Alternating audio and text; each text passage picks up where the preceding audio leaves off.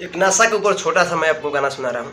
कर लीवर खराब, अरे होई लीवर खराब, खूब दारू पिया होई लीवर खराब, खूब दारू पिया चाहे टीबी के बीमारी भाई गांजा पिया हो, चाहे टीबी के बीमारी भाई गांजा पिया होई लीवर खराब, खूब दारू पिया होई लीवर खराब, खूब दारू पिया चाहे टीबी के बीमारी खूब गांजा पिया चाहे टीबी के बीमारी खूब गांजा पिया जवानी में मजा देला, बुढ़ापा में साजा, अब बाद में न पूछी मौगी कहाँ बाढ़ राजा।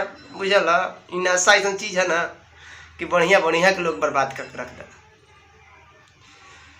जवानी में मजा दी ही, बुढ़ापा में साजा, अब बाद में न पूछी मौगी कैसन बाढ़ राजा।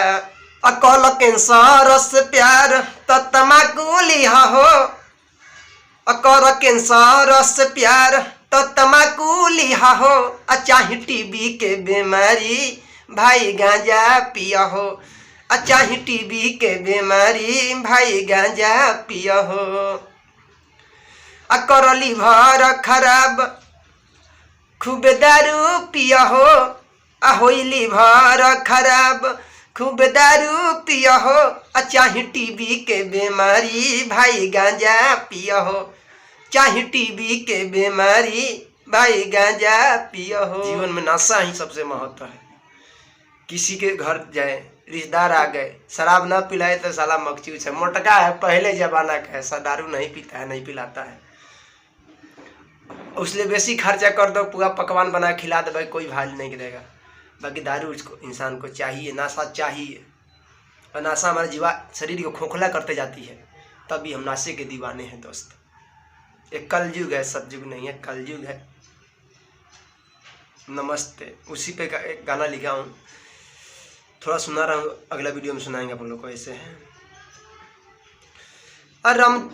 राम जी खाए दूध मलाई, समझी मक्खन चोर, कलयुग हवा में पी के दारू कोने लगा सोर। सब मैं खुद के लिखता हूँ, दूसरे के नहीं। नमस्ते। अभी गाना पसंद आए तो वीडियो को लाइक और चैनल को सब्सक्राइब कर लेना दोस्त। नमस्कार।